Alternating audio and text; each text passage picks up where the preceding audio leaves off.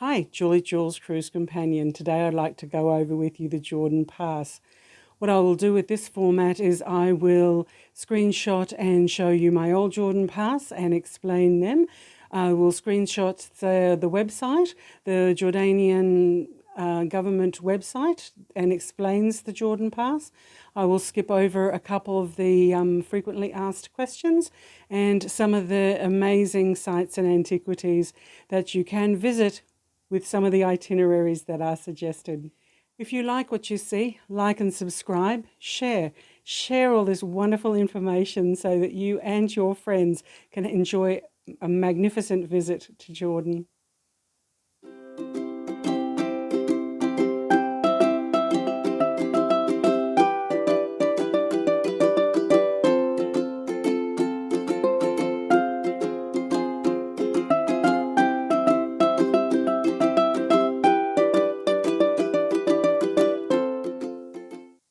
So this is one of the two documents that you'll get when you purchase a Jordan Pass online.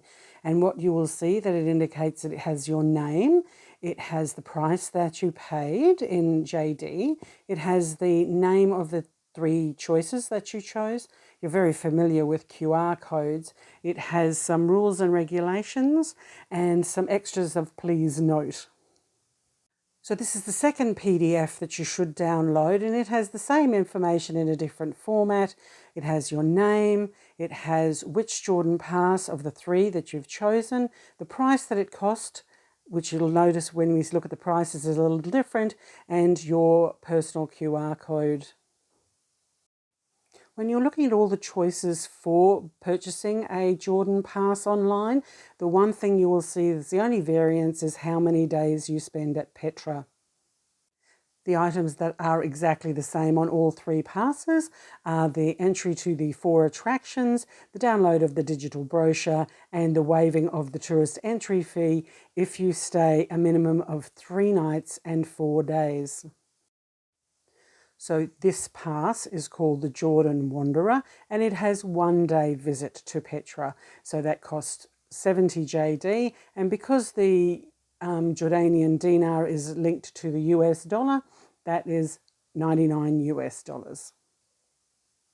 Now, as you see, we move into the Jordan Explorer. The price goes up 5 JD, which equals 106 US dollars. You can see the other three items are the same, except for this 2 consecutive days visit to Petra. This is something that I had missed in the past when I had been reading the product disclosure statement.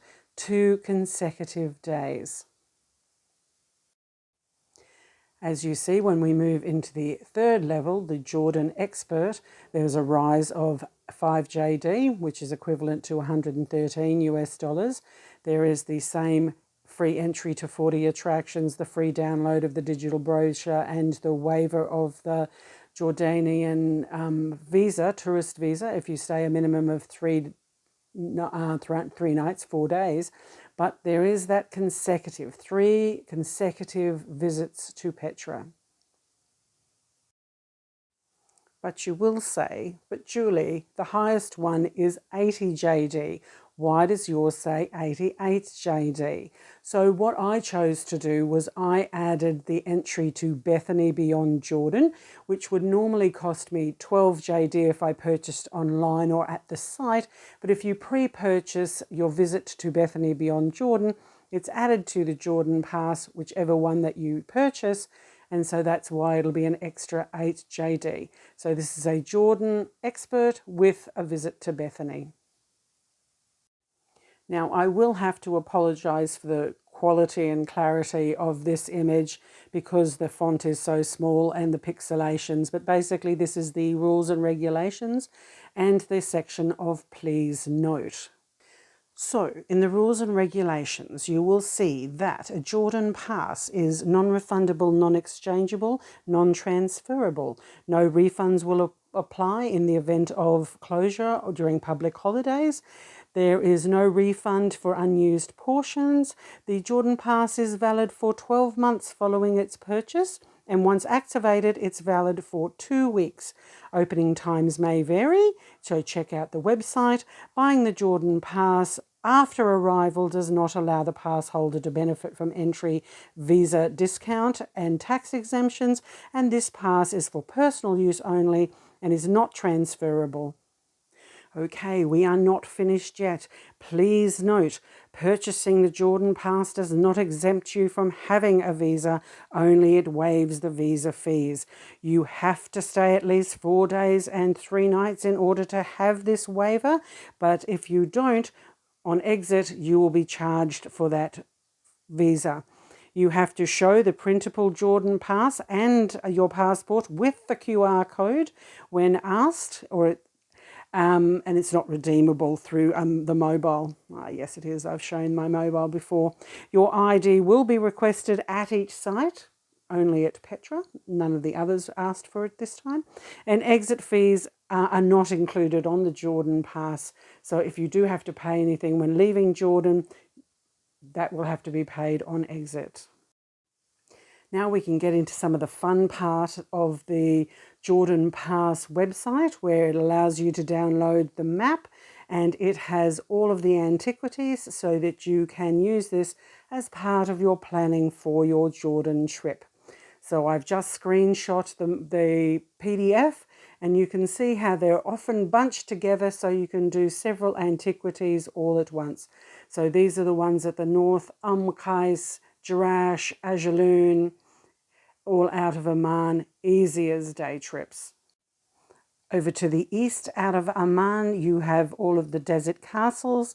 You may get to do 3 or 4 desert castles in a day. You may have to do this in 2 days, but fabulous circuit there, heading over to the east to see the desert castles.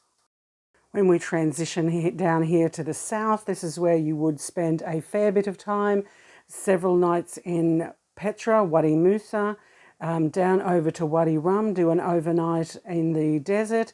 Most people do not necessarily go to Aqaba, but if you are into scuba diving or water sports, you would stay in Aqaba a night or 2.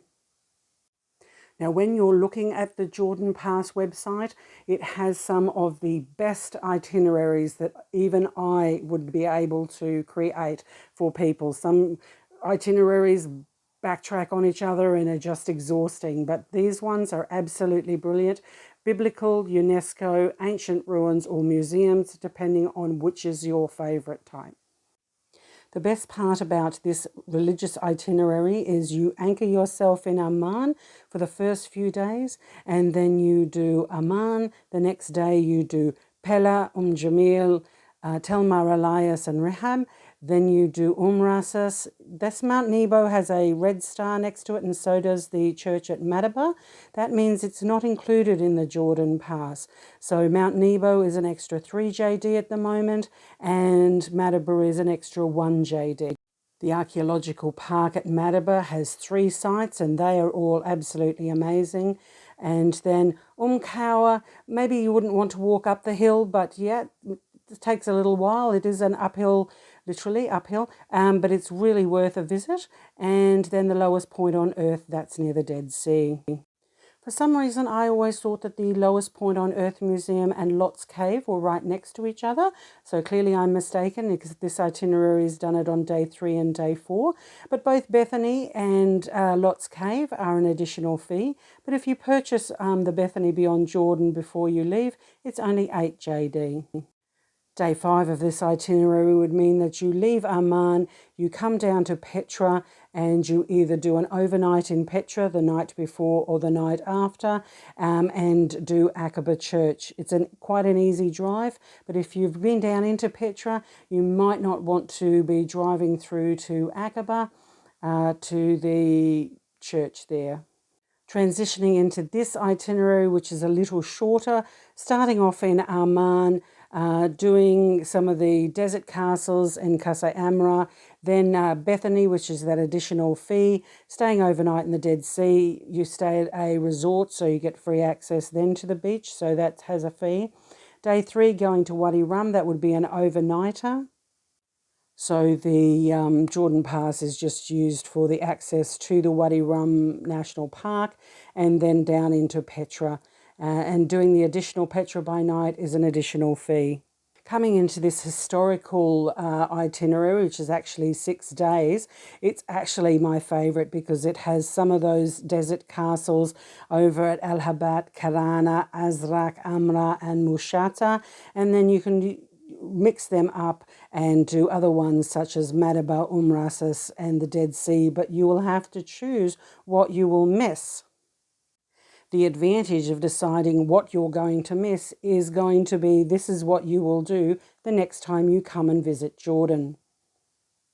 So on this one, it has Lowest Point on Earth and Lot's Museum on the same day in the same place, because I remember that the lowest point on Earth is just at the base of the hill to Lot's Cave. And here we have a visit to Karak Castle on the way down to Petra, which is absolutely fabulous.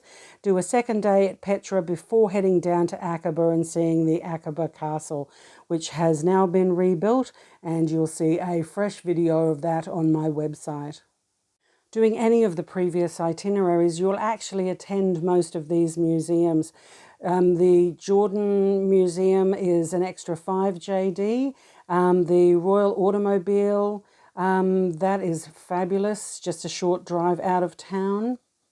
Actually, looking at this itinerary, most of those red dots, there's an absolute lot that's not included on the Jordan Pass, but it is an absolutely brilliant itinerary. So the Church of the Apostles, there's some things that are included in the Jordan Pass. The Lowest Point on Earth Museum, that would also link into Lot's Cave, heading down into Petra. Of course, none of these itineraries include transportation, accommodation, or food. That is all additional, but what fabulous itineraries they are. Cruising into the frequently asked questions, it just reiterates that you have to stay the 3 nights, 4 days, that Arabs will pay an Arab fee, which is less than what a Western visitor would pay. You can only go to an attraction once, and all the attractions are included on a PDF that you can gain online. Attractions in Jordan are open year-round, except for on certain public holidays. How long should you stay in Jordan? It's purely up to you. A visa is valid for a month, but to meet the restrictions on this, you have to have stayed at least the 3 nights, 4 days. How does a Jordan Pass work? You show it when you come to an attraction, and 12-year-olds under 12 don't need to pay. Ground transport is not included. You do need to hard copy to show people, so if you can't find it when it's sent to you, look into your junk mail. Purchasing online is a secure system, and if you have issues, there's a phone number to contact. As I've said before, you will need to show your ID. Once you've purchased it, you can't upgrade or downgrade for unused portions. And here is the sticky point. It should be consecutive days. It doesn't say categorically it has to. It says should be consecutive days. And visiting Petra is such a big time. I don't think it should be consecutive days. That is something that the Jordanian government should really consider in relation to this. Jordan Pass is not valid for Petra by night. That's an additional fee. And to use the Jordan Pass, you have to come through the main gate. You can't come through the rear entry of Petra to use your Jordan Pass. Can the Jordan Pass be used when coming through the Wadi Araba border? Yes. There are benefits. It will save you money on entry fees, but it's only a small amount. Most of these things are about 1 JD a visit.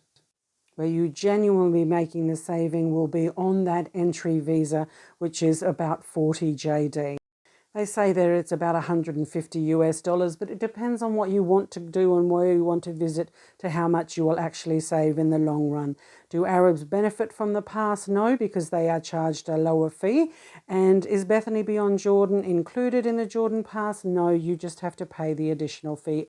The Jordan Pass is activated when it is first scanned, but the only site that scans that I've seen in the last few years has been Petra. Everywhere else just asks you where you're from, and they write it down in a little book. Once you've purchased the Jordan Pass, it's valid for 12 months, and once you've activated, it's valid for 2 weeks. The Jordan Pass does not waive any entry fees for multi-entry visas. Single entry to Jordan is for 1 month.